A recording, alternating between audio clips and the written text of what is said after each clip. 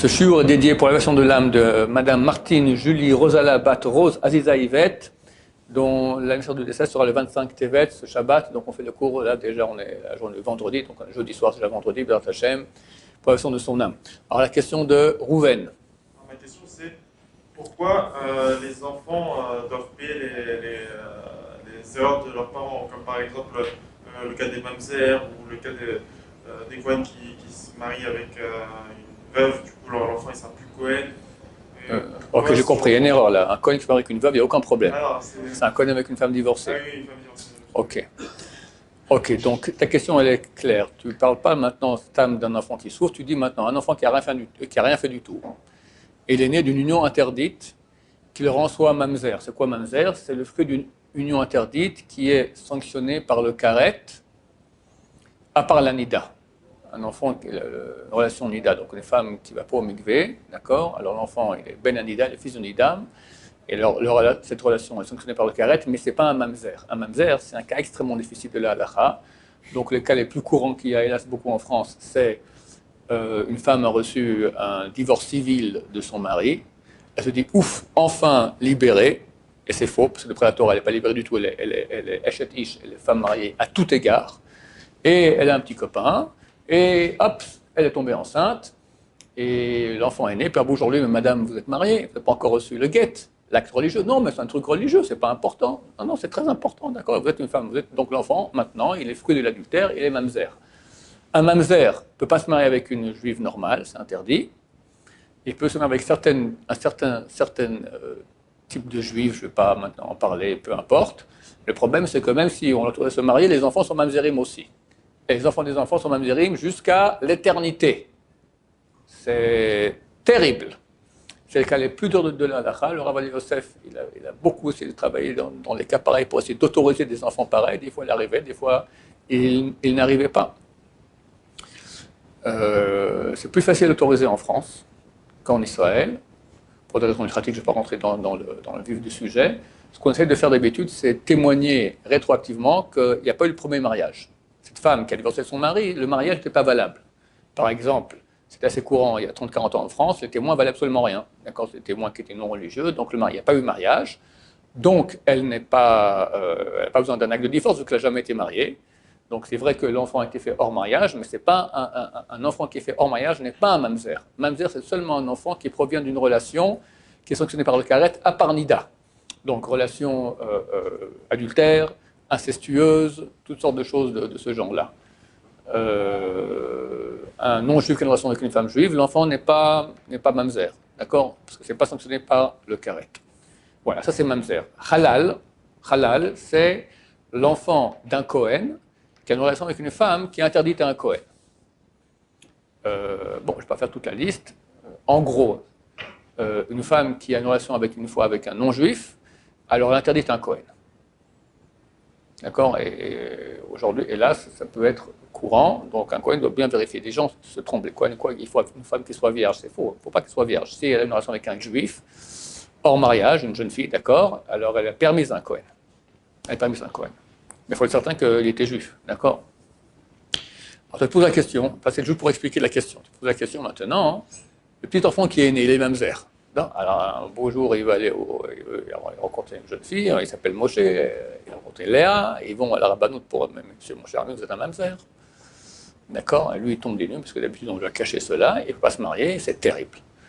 Alors, mais qu'est-ce qu'il a fait? Il n'a rien fait. C'est sa mère qui est coupable, c'est pas lui. Ta question. Idem. Alors, si c'est un halal, alors il a perdu son statut de Kohen, mais il peut se marier avec n'importe quelle juive, à part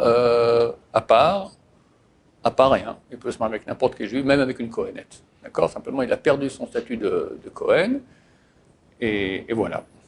Alors tu dis, mais là aussi, pourquoi? Parce que son père a fait le zigoto et il a une relation avec une femme qui lui était interdite. Pourquoi le gosse, il doit écoper à cause de cela? Alors, ma réponse est très très simple.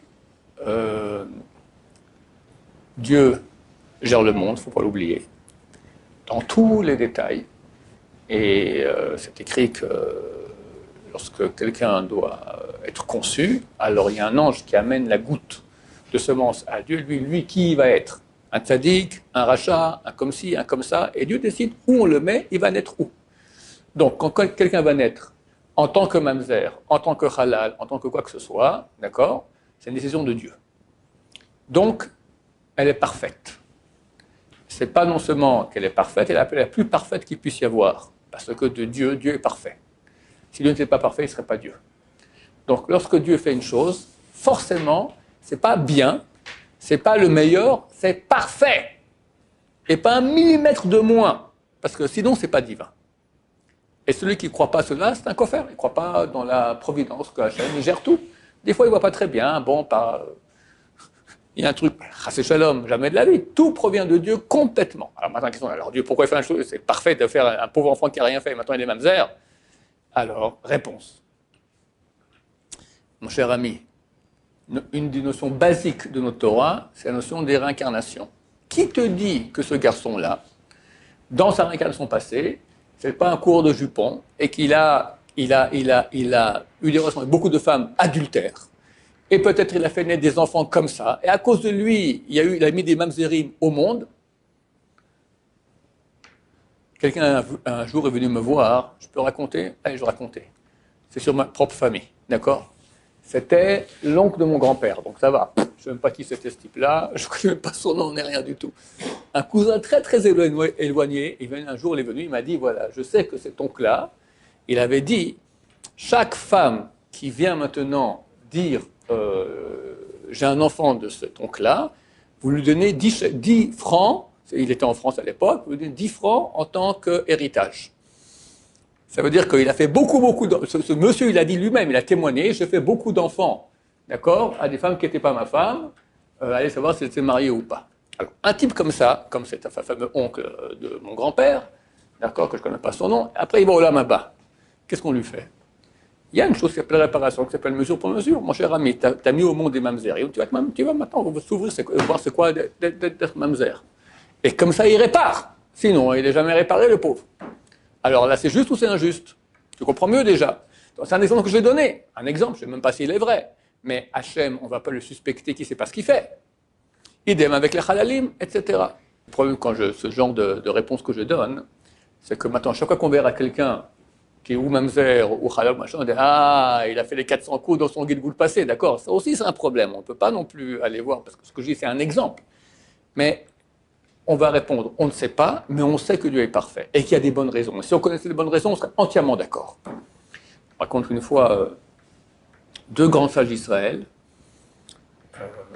des grands maminim, des grands croyants en Dieu, mais quand même, ils ne comprenaient pas pourquoi est-ce que Dieu fait comme ci ou fait comme ça, etc. Alors, ils se sont promis que le premier qui part au Lamaba, il posera toutes les questions et il reviendra en rêve pour répondre à celui qui est encore vivant. Finalement, un des deux, il est parti. Et il est revenu en rêve, il lui a dit, écoute, sache, je pose toutes les questions, mais sache que quand tu arrives au Lamaba, tu n'as aucune question. Il n'y a plus aucune question. Tout est clair, il n'y a aucune question. Voilà. Je ne peux pas te dire plus que cela, il n'y a aucune question. Et c'est clair que nous, qu'est-ce qu'on voit de l'image? Un millionième. Dieu, il est infini. On ne sait pas combien ce monde... J'ai vu une chose très intéressante dans la Gemara dernièrement. On sait que ce monde-là, hein, il a 6000 ans d'histoire, n'est-ce pas? En l'an 6000, Dieu détruit le monde, et pendant 1000 ans, enfin le Shabbat, quoi, il n'y a plus de monde physique, c'est un monde spirituel. Il y a certains rabbanim, dont le Ramban par exemple, à la fin de Parashat Behar, et aussi là-bas le Ibn Ezra, sont extrêmement très très cachés. Ils signifient quelque part que ce n'est pas une seule fois qu'il y a un monde de 6000 ans, puis après, c'est Shabbat. Il y a Shabbat, et après ça recommence un autre monde de 6000 ans, et de nouveau Shabbat, encore 6000 ans, et encore Shabbat, et encore 6000 ans, encore Shabbat. C'est pas clair là-bas si c'est 49 fois comme ça, 40 fois des tranches de 7 ans, comme ça, 49 semaines, on va dire, ou c'est 7 semaines. C'est pas clair dans le Ramban. Sur la Gemara maintenant Sanhedrin, j'ai vu qu'il semblerait que c'est écrit très clairement dans la Gemara. C'est marqué que de même que tous les 7 ans, il y a une Shemitah, ainsi dans le monde, il y a 6000 ans, et après le 7e millénaire, il est détruit, le monde physique. Dans Shemitah, c'est cyclique, c'est pas une seule fois. Tu as 6 ans, puis après tu as une 7e année de jachère, puis après de nouveau 6 ans, après la 7e année de jachère, etc. comme ça. Mais ça continue. Donc, ils sont pas dans la Gemara, même ils disent très clairement qu'il y a maintenant plusieurs tranches de 6000 ans sur Terre. Après, maintenant, nous, est-ce qu'on sait qu'est-ce qu'il y a eu dans le monde d'avant? On ne sait même pas qu'est-ce qu'il y a eu dans notre propre vie d'avant. Peut-être que nous, on provient maintenant d'âmes qui étaient dans le monde d'avant. Qui sait? Je ne sais pas. On ne connaît pas du tout les tenants et aboutissants. Alors maintenant, quelqu'un qui est né comme ça, c'est impossible que ce soit injuste. Impossible. Ou pour les raisons que j'ai évoquées, ou pour d'autres que nous ne connaissons pas. En comprenant très bien qu'il y a ici une inconnue qui est énorme. Quand quelqu'un il maîtrise l'image, alors il peut juger, mais quand il maîtrise 1 millimètre de l'image, tu vois quelqu'un maintenant avec un couteau dans le ventre de quelqu'un. Soit il est assassin, soit il est chirurgien. Et tu entends maintenant le malade là qui hurle. Tu dis, mais il est super cruel. Il est en train de le... D'accord? Alors, est-ce que c'est un chirurgien ou c'est un assassin? Un tortionnaire? Hein? Des fois, oui, des fois non. Ils sont maintenant, c'est sur la route, il y a un accident de voiture, le type il est comme ça, ou maintenant il plante son couteau dedans et il le sauve, ou bien on ne sait pas, on ne peut pas savoir. Il nous manque tellement de détails pour savoir. Donc, on n'a pas à juger et on est convaincu qu'Hachem fait bien les choses. Et ici, en plus, je peux te donner des raisons. Je ne veux pas dire que c'est les seules raisons pour pas que chaque fois qu'on regarde quelqu'un qui est comme ça, on va le regarder de travers. Là, toi, tu as fait les 400 coups dans le Gilgoul passé. Quelle question? Oui, j'ai une question, Raph. Ouais. J'ai une question. Vous avez dit que le monde il a été créé plusieurs fois, enfin, c'est un cycle de tous les 7000 ans, il y a un nouveau cycle à chaque fois. Et je voulais savoir. Ça veut dire quoi? Ça veut dire qu'en gros, il y a eu plusieurs Adam et Ève, plusieurs Abraham, Yitzhak... Écoute, on n'a pas la moindre idée de ce qu'il y avait là-bas. Mais certainement, c'est sur le même schéma, qu'on commence avec un monde détruit. Il y a une Gemara, c'est dans le traité Chagiga, qui parle un peu des secrets. La Gemara parle très peu des secrets de la Torah, mais dans le traité Chagiga, elle parle de cela. Elle dit qu'il ne faut pas poser question qu'est-ce qu'il y a eu avant. On dit d'ailleurs, c'est pas qu'il y a dans le Talmud, on dit à côté, on dit que la Torah commence par la lettre bête.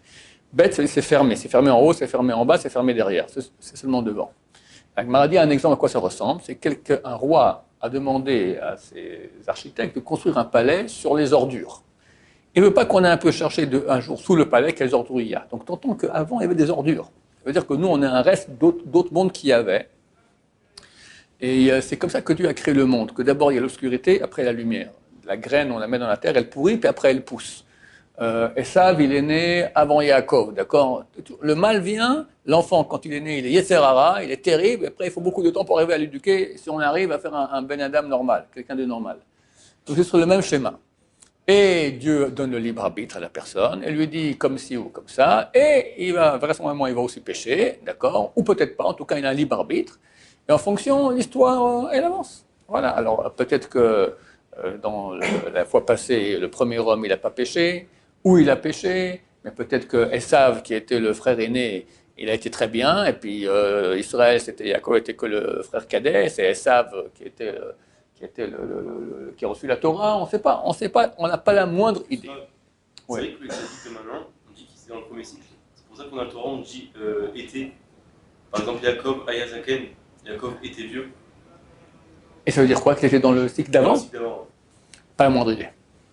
Regarde, dans les commentateurs, ils n'en parlent pas de ça. Je te dis, le Ramban et le Ibn Ezra, ils en ont parlé très caché, très... là, je dis Gemara, j'étais étonné à quel point ça a l'air, clair. À ce que je sache, on n'en parle pas. On ne parle pas de la nature de ces moments, qu'est-ce qu'il y a eu avant. Il y aurait plusieurs Torah, alors? C'est clair qu'il y a beaucoup... Ça, j'ai expliqué souvent, la Torah... Hein. C'est écrit que si on avait reçu la Torah dans le bon ordre, chacun de nous pourrait ressusciter les morts. Et que la Torah sont tous les noms de Dieu. Je vais expliquer que l'exemple de H2O. Tu prends H2O, c'est de l'eau, d'accord? De l'eau de 0 à 100 degrés. Au-dessous de 0, c'est de la glace. Au-dessus, c'est de la vapeur.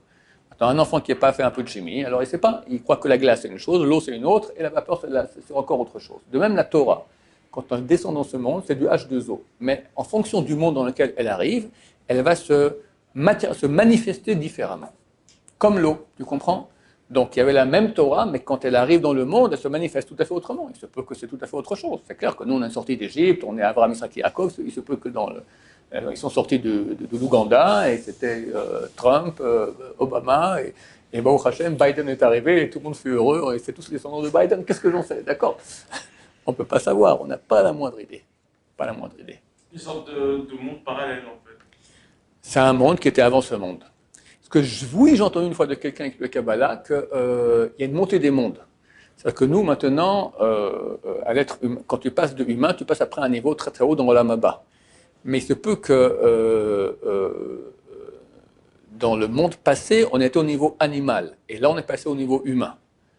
Et le monde végétal actuel, dans le monde prochain, il sera animal. Et le monde minéral, dans le monde prochain, sera le monde végétal. C'est qu'il y a une progression des choses. On fait monter du bas vers le haut, sans cesse, sans cesse, sans cesse. Donc, quand il y aura Mashiach, on va monter un monde spirituel, puis après les animaux vont monter un autre monde. Dans un autre monde, les animaux passent à l'état humain. Tu verras des êtres humains qui se ressemblent un peu à des animaux, d'accord? Puis d'autres qui ressemblent un peu moins. C'est ce que nous, on dit dans la prière. Enfin, un peu de la race, ça vaut la peine de rappeler cela. Le Ben Ishraï dit que c'est bien, quand on dit la deuxième bracha de la Hamida, Somech noflim, verofer cholim, umatir asurim, umkaim emunato leshene afar. Somech noflim, qui soutient ceux qui tombent. Il faut penser les âmes, les étincelles de sainteté qui sont tombées dans les corps des non-juifs. Après, rofer cholim, c'est que Dieu les fait monter. Somech les soutient. Rofer cholim, qui guérit les malades. C'est les étincelles saintes qui sont tombées dans les animaux. Ou Matir Asurim qui libère les prisonniers. Qui est prisonnier? Les végétaux. Tu as des étincelles de sainteté qui sont tombées dans les végétaux. Et il réalise sa promesse à ceux qui dorment dans le afar, dans la terre. Ça, c'est le minéral. D'accord? Des étincelles qui sont tombées là-bas. Donc on loue Hachem dans cette deuxième bracha, de ses gvurot, de ses vaillances, qu'il fait remonter tout ça. Donc c'est clair qu'il y a un mouvement qui va de bas en haut, et il se peut que si j'ai bien compris, cette personne qui m'a dit cela, ça a aussi lieu de monde en monde, s'il y a plusieurs mondes. Pas tous les avis sont d'accord là-dessus, ça je dois le dire aussi. Bon, alors on a dévié du mamzer, du halal sur les mondes, et ceci est intéressant. Baruch Adonai, l'olam, amen, amen.